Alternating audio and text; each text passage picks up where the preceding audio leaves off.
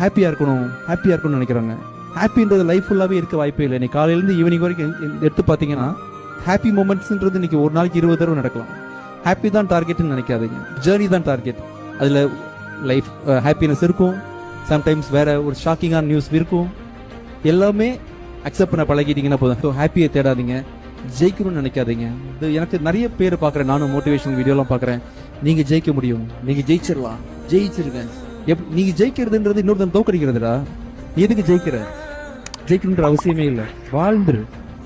இப்போ இந்த மொமெண்ட்ல எவ்வளோ விஷயங்கள், நல்ல விஷயங்கள் இருக்கு, அதை வாழ்ந்து அனுபவிச்சு பார்த்தா போதும். ஜெயிக்கணும்னு தயவு செஞ்சு நினைக்காதீங்க. ஜெயிக்கணும்னு நினைக்கும் போது என்ன ஆகுதுன்னா 10th ஃபர்ஸ்ட் மார்க் வாங்கணும்.